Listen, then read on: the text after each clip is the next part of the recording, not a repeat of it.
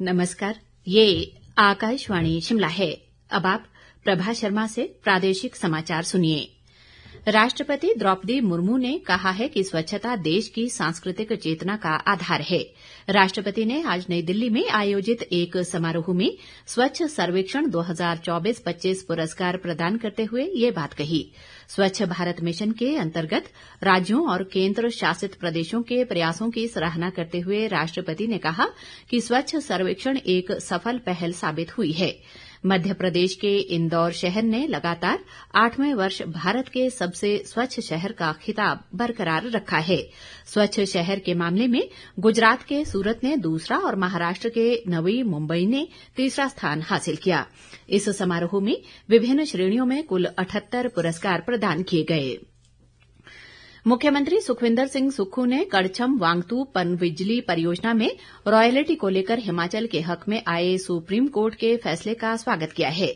मुख्यमंत्री ने आज शिमला में पत्रकारों से अनौपचारिक बातचीत में कहा कि सरकार को अब इस प्रोजेक्ट से 12% की जगह 18% रॉयल्टी मिलेगी, जिससे सालाना 250 करोड़ रुपए की आय होगी। मुख्यमंत्री ने कहा कि उन्होंने अपने दिल्ली दौरे के दौरान केंद्रीय गृह मंत्री अमित शाह, वित्त मंत्री निर्मला सीतारामन, स्वास्थ्य मंत्री जगत प्रकाश नड्डा और अन्य नेताओं से मुलाकात कर आपदा प्रभावित हिमाचल के लिए विशेष राहत पैकेज की मांग की है। हमारी जो कैबिनेट की बैठक होगी उसमें आपदा राहत पैकेज दिया जाएगा। ये तो होगा हमारे जो संसाधन है व्यक्तिगत तौर से, लेकिन एक चीज और है कि जो स्पेशल रिलीफ फंड सरकार को डेवलपमेंट कार्य मिलना चाहिए, वो नियमों और कानूनों के कायदे से थोड़ा सा हटकर ऐसी स्थिति में स्पेशल रिलीफ पैकेज होने चाहिए जिसमें सरकार को अपने द्वारा खर्च करने की अनुमति हो, क्योंकि यहाँ की परिस्थितियों के हिसाब से खर्च करना है। मुख्यमंत्री ने वन भूमि से अवैध कब्जे हटाने के नाम पर फलदार पौधों को काटने का विरोध किया और कहा कि सरकार इसे सुप्रीम कोर्ट में चुनौती देने पर विचार कर रही है।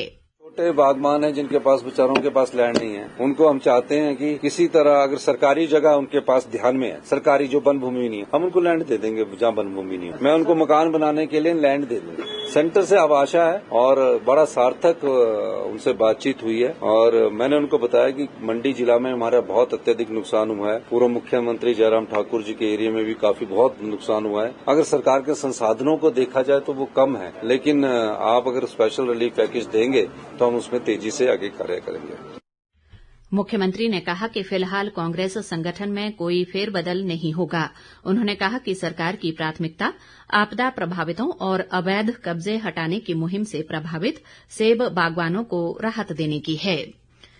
डोगरा रेजिमेंट में तैनात नायक पुष्पेंद्र नेगी का आज किन्नौर जिला में उनके पैतृक गांव थैमगारंग में पूरे राजकीय व सैन्य सम्मान के साथ अंतिम संस्कार कर दिया गया। 29 वर्षीय पुष्पेंद्र नेगी असम में ड्यूटी के दौरान एक हादसे में शहीद हो गए थे। अंतिम संस्कार में जिला प्रशासन के अधिकारियों के अलावा बड़ी संख्या में स्थानीय लोग शामिल हुए।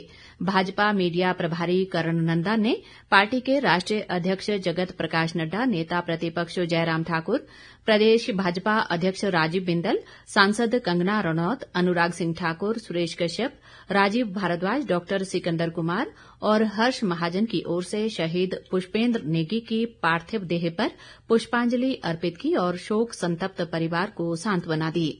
कर्ण नंदा ने इस मौके पर कहा कि पुष्पेंद्र नेगी की कर्तव्य निष्ठा और राष्ट्र के प्रति समर्पण हम सभी के लिए प्रेरणा का स्रोत है। मानसून के सक्रिय रहने से राजधानी शिमला सहित प्रदेश के अधिकांश भागों में आज भी वर्षा का क्रम रुक रुक कर जारी है।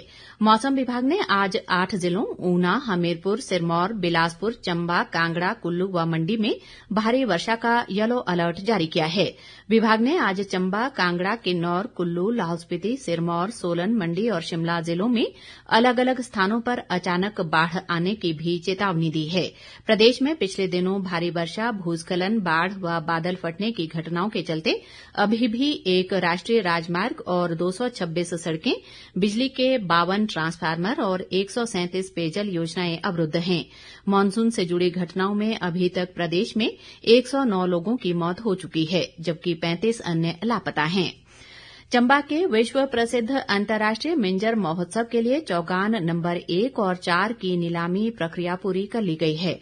चंबा के एसडीएम प्रियांशु खाती ने कहा कि इस बार दोनों चौगान 2,31,25,000 रुपए में बिके हैं। इसी के साथ ये समाचार बुलेटिन समाप्त हुआ। हमारा अगला बुलेटिन आप सुन सकते हैं शाम 6 बजे। नमस्कार।